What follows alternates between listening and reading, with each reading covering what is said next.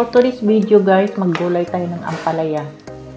Mayroon naman akong ibang gulay noon, pero ngayon gustong gusto ko maggulay ng ampalaya. Favorito ko kasi to yung mapait-pait pa siya ba. Mahilig talaga ako sa gulay guys. Kahit saan ako pupunta, papiliin mo man ako ng karne, dito ako sa gulay, lalo na mga ampalaya, sitaw, yung mga pakbit. Yan, ang hilig ko talaga sa mga gulay guys. Kaya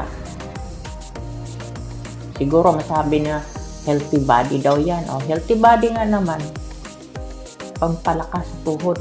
Char. Hindi, totoo lang. Napakasarap ang gulay sa katawan ng tao. Kaya ito, wala akong ibang iniisip kundi pagkain ko may gulay. Kahit tuyo ang ulam ko, ang partner pa rin yan gulay. Baliktad na. Gulay ang ulam ko, partner tuyo. Ganon na rin yun. Sensyan yun na yung dila ko.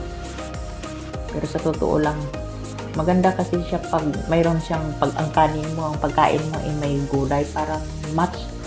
Kung hindi pritong isda, tuyo. Pero sa totoo lang, puro gulay at tuyo ang partner ko dyan. Mayroon naman akong pritong isda, pero pinili ko talaga yung tuyo.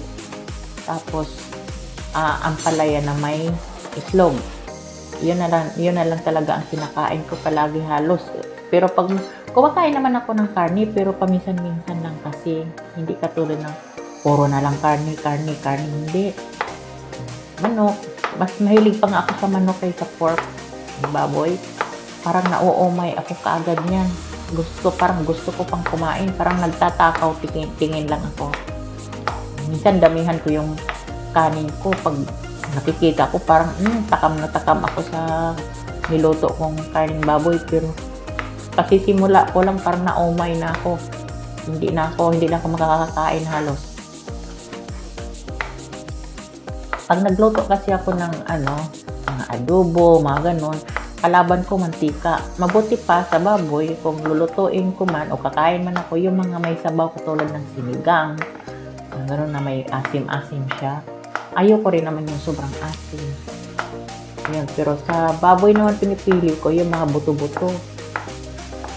Parang nagsasawa na ko sa puro karni-karni ba? Kaya kung kailangan lang gulay na may sabaw katulad ng malunggay o laswa, kaya may ba tapos mayroong tuyo. Yan ang kahiligan ko talaga. Dahil syempre, diyan tayo lumaki sa ganong pagkain. Kaya habang ako naghiwa-hiwa naman dyan, mayroon din naman akong na-marinate na isda na para pang prito ko ba. Tapos hinahaluan ko lang siya ng tuyo. O di, ulam na. Pero ang dinampot ko talaga tuyo. Gusto ko rin tuyo. Pero pag palagi rin naman tuyo, parang sama naman yung sikmura ko. Kailangan balance. Kaya kailangan meron tayong gulay sa katawan. Kain kayo dyan. Kung sinong hindi kakain, ayan. Nasa sa inyo yan. Pero kung ako papipiliin, gulay talaga ang hahanapin ko. Pero pag nasasawa ako, bibili rin ako, pero kakaunti. Gulay talaga ako. Mahilig ako sa laswa guys. Pag halo-haloin ko yan yung saluyot. Yan ang mahilig ko. Bibili man ako ng isda, ilaswa ko yan. Lagyan ko yan ng saluyot. Yan. Saluyot, talong, sitaw. Yan ang laswa ko. Kaya ayan, kukumosan ko muna siya ng asin kasi sobrang pait din naman. Pero sa amin, sa totoo lang, nanay, tatay ko, iniihaw lang namin yan. Iniihaw ng tatay, nanay ko. Pagkatapos, pipigaan lang niya. Tapos, yun na yun. Ulang na yun. Ilagay sa ginamos. Bagoong. O nga, ginamos niya. Yan. Kaya, pasensyahan nyo na guys ha. Yung video ko gulay talaga yan. Baka ayaw nyo. Pero try lang. Maganda sa katawan. Maganda din sa bulsa. Medyo mura-mura. Kasi ang isda at karne, magkatumbas na. Dito na lang muna kasi sa gulay. Medyo mahal-mahal nga konti. Pero at least mababa kaysa mga meat na bibilhin natin, mga karne. Kaya yun lang, ganun lang ang simpleng luto ko lang talaga yung ganyan. Pero kung ano, gusto ko yan minsan pakbit, pero ang ayaw ko sa pakbit, yung may ampalaya, pinipili ko naman, ayaw ko rin yung ampalaya sa pakbit kasi parang malasahan ko yung sobrang pait. Mabuti pa, ampalaya, lagyan ng itlog. Yan. Ampalaya with itlog lang. Tapos, partner mo, kung ano man lang, kung gusto nyo, pritong isda, pritong manok, o ganun, fried chicken, match pa rin yan. Yan. Kasi, gulay nga, saka meat, naghalo nga, yan pa kayang ganyan lang. Ganyan, tapos mayroong ampalaya, tapos mayroong, basta tuyo ang gusto ko. Huwag mo na akong kontrahin, tuyo ang gusto ko. Okay, joke lang. Hindi sa inyo din yan. Basta ako, yun lang ang nahiligan ko. Ayan, gisa-gisa ko na lang yan, guys. Ganyan lang, simpleng luto lang yan. Gisa ko lang sa sibuyas, kamatis. Diba? Tapos may igisa yan. Kain-inan mo lang.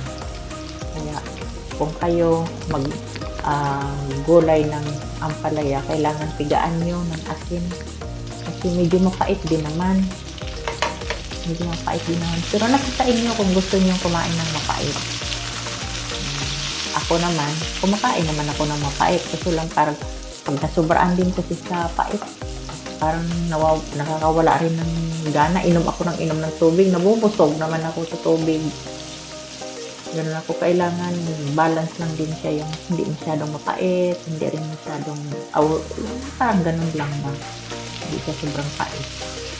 Gusto ko rin naman may lasang pait, pero ayoko rin yung sobra, kasi pag nasubraan parang kakaiba din naman, parang inom na lang ako ng tubig dahil sobrang pait.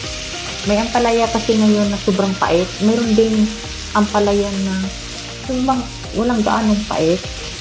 Yung sobrang laki na, ba yun? Taiwan ba yun? Na ampalaya na lalaki. Walang hindi masyadong mapait. Ganun. Ang amo ko nga, pag nagluto din yan ng ampalaya, gusto niya buhusan ng init tubig. Pero ako ayoko dahil parang nawawala yung fresh niya. Yung pagkasariwa niya. Parang nawawala rin. Kasi ang ginagawa din sa amo ko, yung ampalaya na yun, salad. Yung nilalagyan ng red egg. Pero, bubuhusan niya yan, lagyan ng asin, tapos mga 10 minutes, buhusan niya ng init tubig.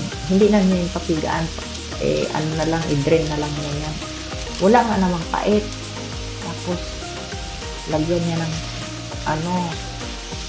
suka lang. Suka lang siya. Kunting asin, paminta, tapos ibabawan ng red egg. Ganun ang ginagawa nila. Sarap na sarap sila nun. Kasi hindi mapait yung, wala na talagang, parang wala nang lasa yung, dahil parang nilasuhan na siya. Parang pinakuluan na lang siya. Kasi buhusan mo ng init tubig, babad. Yun nga lang, naluluto siya eh. Sa akin naman, direkta. Ayan. Habang ko pinaininan yung aking gulay, nag-video-video na ako sa bahay ng amo ko. Simple lang yan. Wala naman silang ganun lang siya. Habang hinihintay ko yung luto ko, video-video muna ako. Ayan yung pinakasala namin. Pinakasala namin. Bahay ng amo ko yan. Simple lang siya. Walang cortina sa kabila dahil pinatanggalan niya dahil madilim na raw. Kaya ang video natin guys, ang gulay, ang palaya ay yummy. Ayan, ngayon maluluto na siya at tayo ay magkainan na. Thank you for watching guys. Sa susunod kong video, baka hindi na naman ang palaya. Ano na naman kaya? Thank you for watching. Thank you mga loves. Mega love shoutout everyone.